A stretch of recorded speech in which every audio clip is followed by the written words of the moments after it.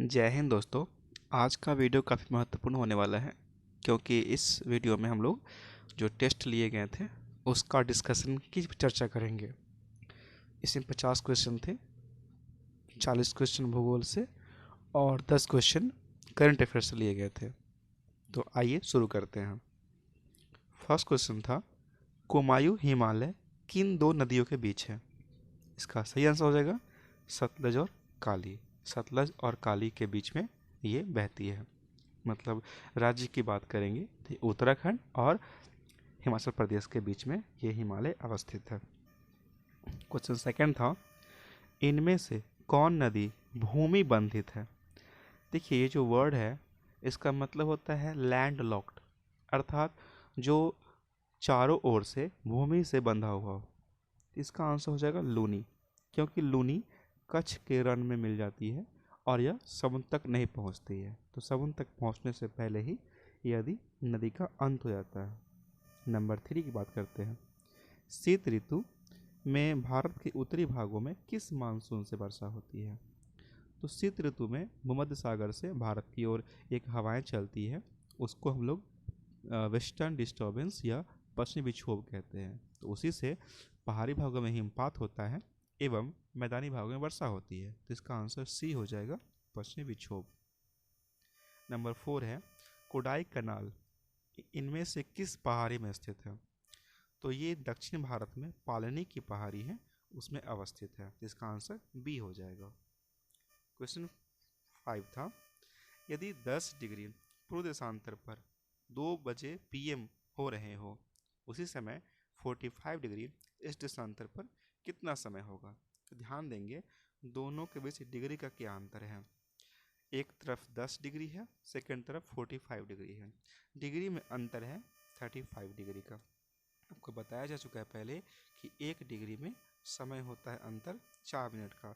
तो 35 डिग्री में 4 से गुना करेंगे, आ जाएगा 140 मिनट, दैट इज़ 2 घंटे 20 मिनट। ठीक है, तो 2 घंटे 20 मिनट में अगर आप 2 बजे में जोड़ेंगे तो 4:20, यानी आंसर बी इसका सही हो जाएगा। क्वेश्चन 6 था, बिहार के बाढ़ के कारणों में इनमें कौन सही नहीं है? तो बिहार में बाढ़ मानसून से भी आती है, हिमालय की नदियाँ उससे भी आती है, नदी का मार्ग बदलना उससे भी आता है। ठीक है, तो बहुउद्देशीय परियोजना जो बाढ़ की रोकथाम के लिए होती है, ये बाढ़ का कारण नहीं है, इसलिए आंसर डी हो जाएगा। नंबर 7 था, निम्न में से किस नदी का उद्गम स्थल भारत में नहीं है?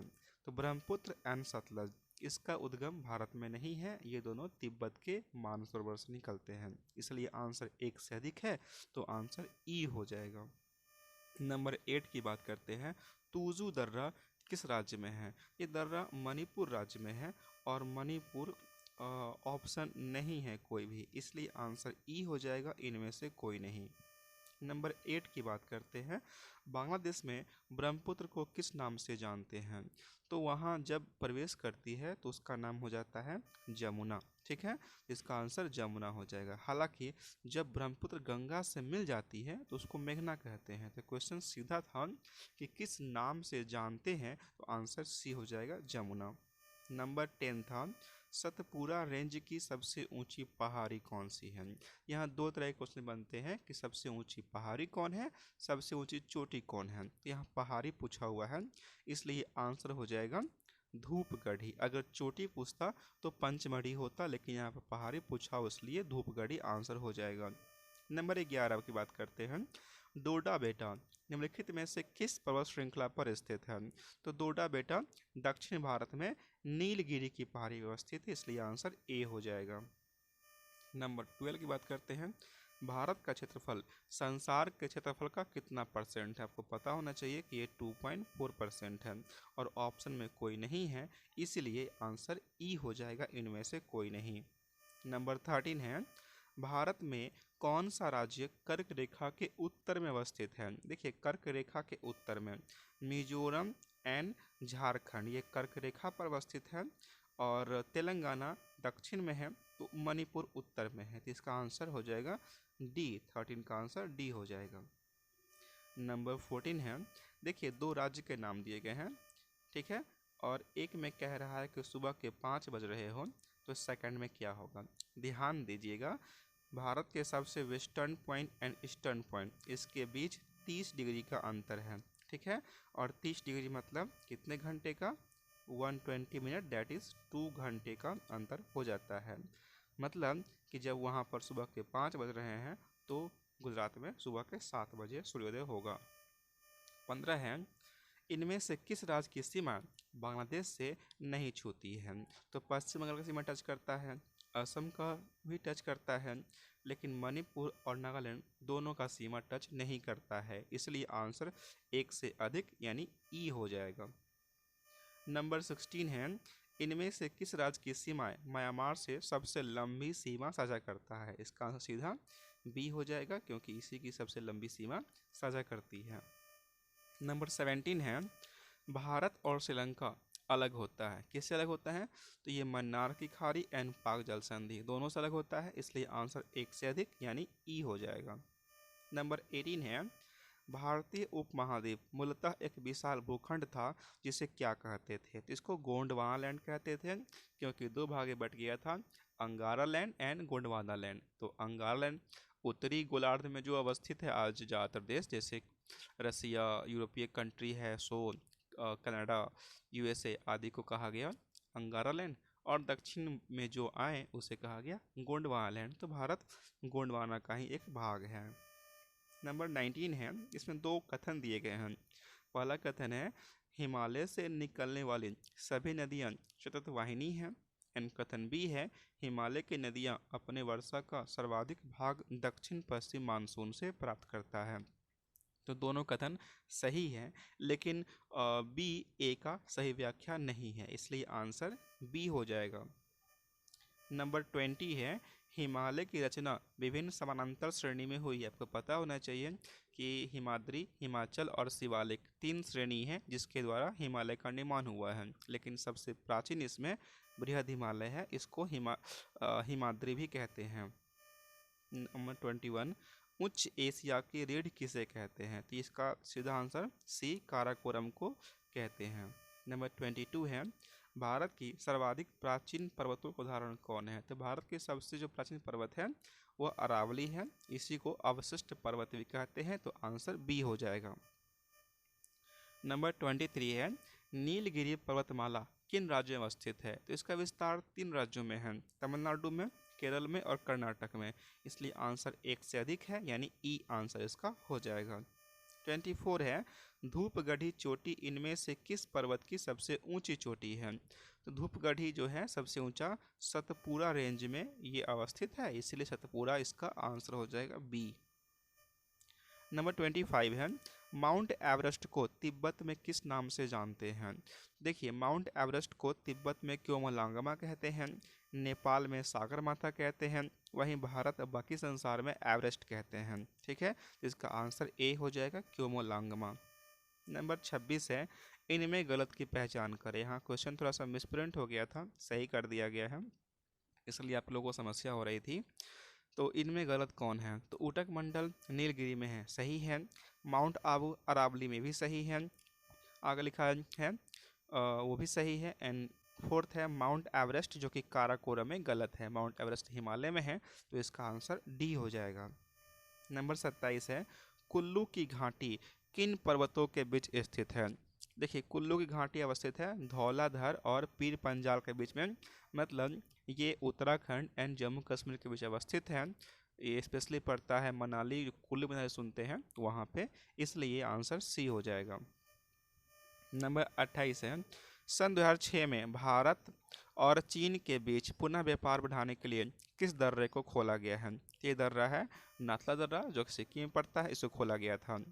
जो जिला जम्मू कश्मीर में है, नीति उत्तराखंड में है, रोहतांग हिमाचल प्रदेश में अवस्थित है। नंबर 29 है, भारत के सभी राज्यों और केंद्र शासित प्रदेशों में सबसे लंबी तटीय सीमा रेखा किसकी है। देखिए, यहाँ पर राज्य भी है और केंद्र प्रदेश भी पूछ रहा है, तो इन सब में देखा जाए तो अंडमान निकोबार का सीमा रेखा सबसे अधिक है, ठीक है। गुजरात का सीमा है, लेकिन राज्यों में सबसे अधिक है, तो यहाँ पे दोनों बातें दिए हैं, इसलिए इसका आंसर कोई नहीं होगा, इनमें से कोई नहीं, आंसर ई हो जाएगा। नंबर 30 है, तमिलनाडु और आंध्र प्रदेश के तट को किस नाम से जानते हैं? इसका तट का नाम है कोरोमंडल तट, इसलिए आंसर बी हो जाएगा। नंबर 31 है, श्रीहरिकोटा द्वीप कहाँ अवस्थित है? ये क्वेश्चन बीपीएससी पूछा हुआ है।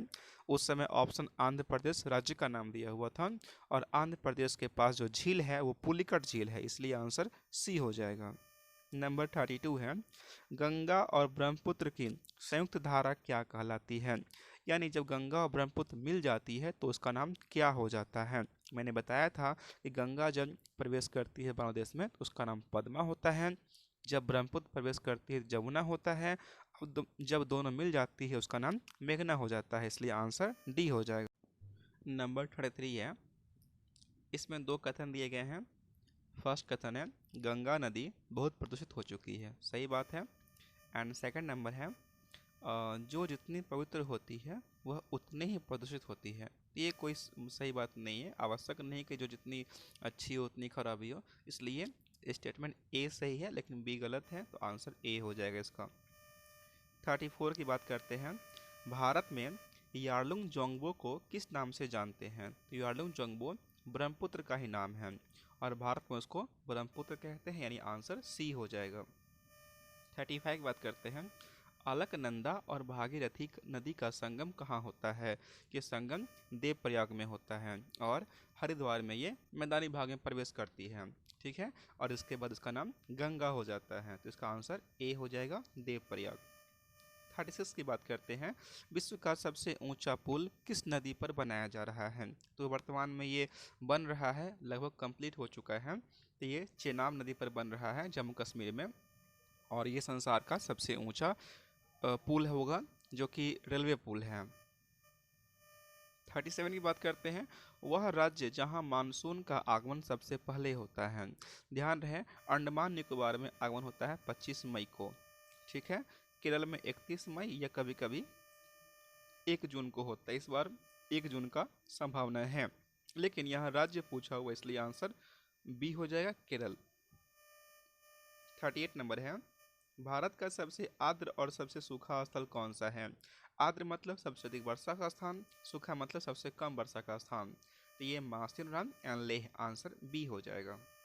39 नंबर है, बिहार का सर्वाधिक वर्षा किस मानसून से प्राप्त होता है? तो ये आंसर डी हो जाएगा, दक्षिण पश्चिम मानसून से। नंबर 40 है, 2004 में सुनामी भारत के किस तट को सर्वाधिक नुकसान पहुंचाया? ये आंसर हो जाएगा कोरोमंडल तट, क्योंकि इसका नुकसान सबसे अधिक तमिलनाडु एंड आंध्र प्रदेश को पहुंचा था, इसलिए आंसर डी हो जाएगा। नंबर 41 है, करंट अफेयर से ये, हाल ही में आयोजित किया गया सैन्य अभ्यास वज्र प्रहार किन दो देशों के बीच किया गया था? ये हर वर्ष भारत और अमेरिका के बीच होता है, आंसर सी हो जाएगा इसका। नंबर 42 है, ग्लोबल जेंडर गैप इंडेक्स 2021 में भारत का स्थान क्या है? 2020 में भारत का स्थान था 112वां। इस वर्ष 38 अंक फिसल करके 140 पर आ गया है 2021 में, अतः भारत का रैंक 140वां है। नंबर 43 है, लॉरियस वर्ल्ड स्पोर्ट का मेंस अवार्ड इस वर्ष, यानी इस वर्ष मतलब 2021 में किसे दिया गया है? तो ये घोषणा मई में की गई है और ये मिला है राफेल नडाल को, जो कि टेनिस के खिलाड़ी हैं, ठीक है, और वहीं ये मेंस अवार्ड है, विमेंस अवार्ड मिला है नाओमी ओसाका को, जापान की खिलाड़ी है ये, तो यहाँ आंसर सी हो जाएगा। 44 की बात करते हैं, world press freedom index, world press freedom day जो है उसका विषय क्या है, थीम क्या था इस बार? इसका थीम था information as a public good, तो ये आंसर ए हो जाएगा। नंबर 45 है, भारत के किस राज्य ने चिरंजीवी योजना शुरू की है जिसके द्वारा प्रत्येक परिवार को 5 लाख का स्वास्थ्य बीमा किया गया है? ये राज्य है आंध्र प्रदेश, जो कोरोना वायरस के बढ़ते खतरे को देखते हुए हर परिवार को 5 लाख का बीमा किया गया है। योजना का नाम है चिरंजीवी योजना, आंसर डी हो जाएगा। नेक्स्ट है नंबर 46, हाल ही में किस कंपनी ने 50,000 करोड़ का पंजीकरण प्राप्त करके भारत के 100 सबसे मूल्यवान कंपनियों में शामिल हो गई है। तो ये SAIL steel authority of India limited इसका पूरा नाम है। ये कंपनी भारत की 100 सबसे मूल्यवान कंपनी में शामिल हो गई है। इसका आंसर बी हो जाएगा। नंबर 46 है, ब्रिक्स देशों में आर का अर्थ क्या है? आर का अर्थ है रूस। ब्रिक्स का पूरा नाम है BRICS। B means Brazil, R means Russia, I means India, C means China और S means South Africa. South Africa पहले शामिल नहीं था लेकिन बाद में इसको शामिल कर लिया गया है, तो आर मीन्स रूस हो जाएगा, आंसर बी। 48 है, हाल ही में G7 देशों की वर्चुअल बैठक बुलाई गई थी। इनमें भारत को मुख्य अतिथि के रूप में बुलाया गया था। तो भारत की ओर से शामिल कौन हुए थे? तो भारत की ओर से एस जयशंकर जो कि विदेश मंत्री है वो शामिल हुए थे। हालांकि G7 में भारत मेंबर नहीं है। G7 7 विकसित देशों का समूह है। हालांकि इसको पहले G8 कहते थे लेकिन रूस को बाहर करने के बाद 7 देश बचे हुए हैं। वो 7 देश फ्रांस है, इटली है, जर्मनी है, जापान है, USA है और UK है और कनाडा है। कनाडा, ये 7 देश इसके मेंबर है, इसलिए इसको ग्रुप ऑफ 7 कहते हैं। ठीक है। नंबर 49 है, हाल ही में जारी टेस्ट क्रिकेट रैंकिंग में सर्वोच्च स्थान किसे प्राप्त हुआ है? तो टेस्ट रैंकिंग में सबसे उच्च स्थान मिला है केन विलियमसन को, जो कि कप्तान है न्यूजीलैंड क्रिकेट टीम के, इसलिए आंसर इसका ए हो जाएगा। लास्ट क्वेश्चन आज का है, हाल ही में सुप्रीम कोर्ट ने महाराष्ट्र के मराठा आरक्षण को खत्म कर दिया है क्योंकि आरक्षण की अधिकतम सीमा का हनन हो रहा था। सुप्रीम कोर्ट के अनुसार आरक्षण की अधिकतम सीमा कितनी है? तो ये सीमा अधिकतम 50% है, इससे अधिक आरक्षण नहीं हो सकता है। सुप्रीम कोर्ट का कहना था कि यह आरक्षण जो दिया गया महाराष्ट्र में वह 50% को क्रॉस कर रहा था, इसलिए आरक्षण को वहाँ पर हटाया गया है।